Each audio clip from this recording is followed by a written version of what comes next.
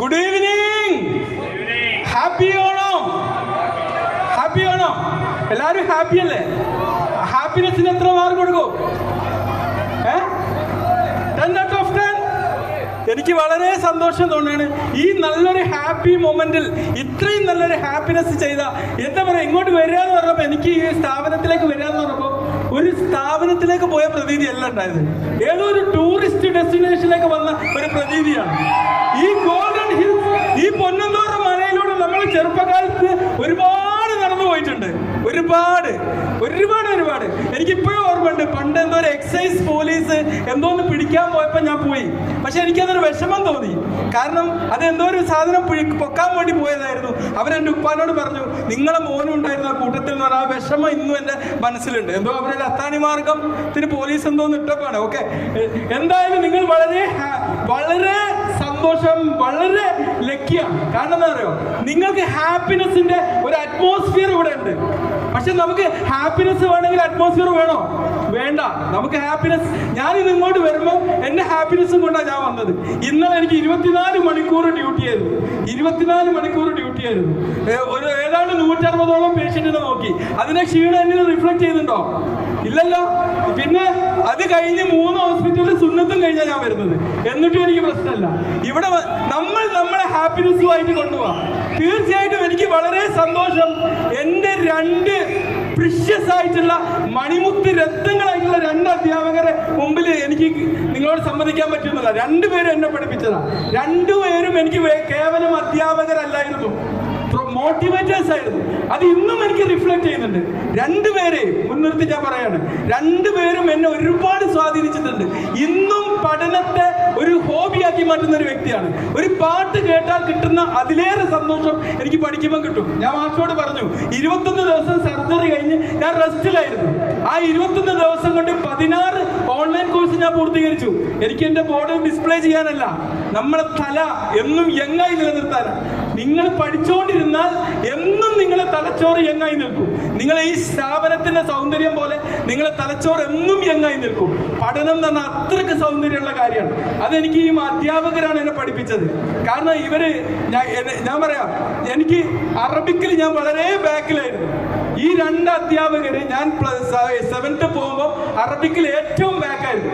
ഇവർക്ക് ഭയങ്കര വിഷമം തോന്നി. ഇവനെങ്ങനെ ബാക്കി എല്ലാ സബ്ജക്റ്റിലും എനിക്ക് ഫുൾ മാർക്കാണ്, ഫുൾ A+, 50ൽ 50ആണ്.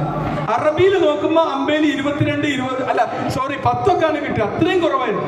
പക്ഷേ എനിക്ക് SSLC പരീക്ഷ അവസാനം കിട്ടിയപ്പോൾ എനിക്ക് ഏറ്റവും ടോപ്പ് മാർക്ക് കിട്ടിയത് അറബിയിലായിരുന്നു. മനസ്സിലായില്ലേ? അതൊരു അധ്യാപകരെ വിജയമാണ്. മനസ്സിലായില്ലേ?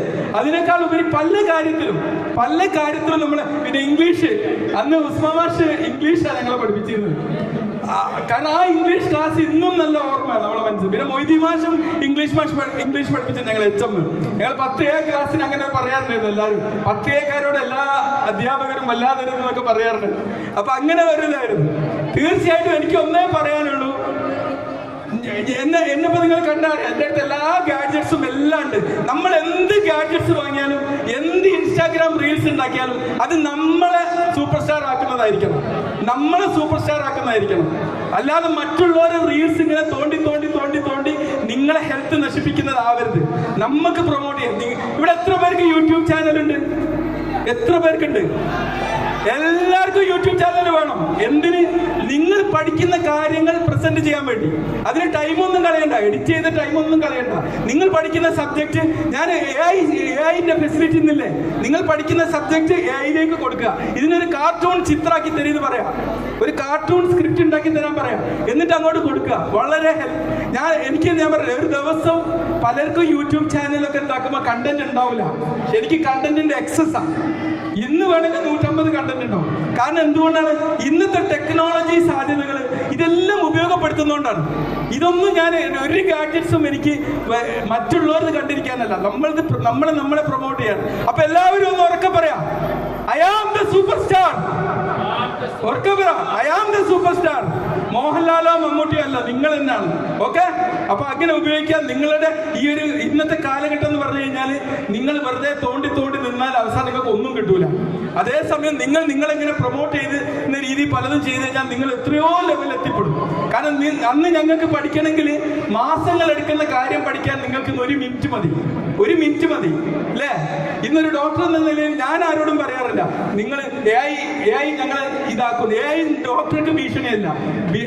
AI-നെ ഡോക്ടറെക്കാളും നന്നായിട്ട് ഇൻസ്ട്രക്ഷൻ കൊടുക്കാൻ സാധ്യത പാകത്തിൽ AI വളർന്നിട്ടുണ്ട്, ഒരു സംശയവുമില്ല. കാരണം എന്റെ കണ്ണിന്റെ ഓപ്പറേഷൻ കഴിഞ്ഞപ്പോൾ ഡോക്ടർ പറഞ്ഞു 5ാമത്തെ ദിവസം ആകുമ്പോൾ ചിലപ്പം അത് കൂടിയിട്ടില്ലെങ്കിൽ ഒരു ബബ്ലിംഗ് വീണ്ടും ചെയ്യേണ്ടിരുന്നു, റീസർജറി ചെയ്യേണ്ടിരുന്നു. ഞാൻ ChatGPT-യോട് ചോദിച്ചു, എനിക്ക് 5ാമത്തെ ദിവസം ഡോക്ടർ ഇങ്ങനെ പറയുന്നല്ലോ, എന്താ കാര്യം?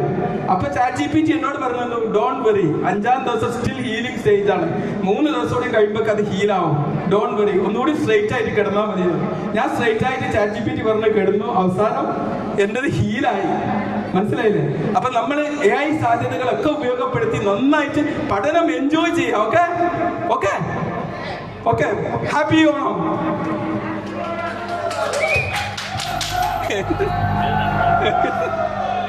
നല്ലൊരു മോട്ടിവേറ്റർ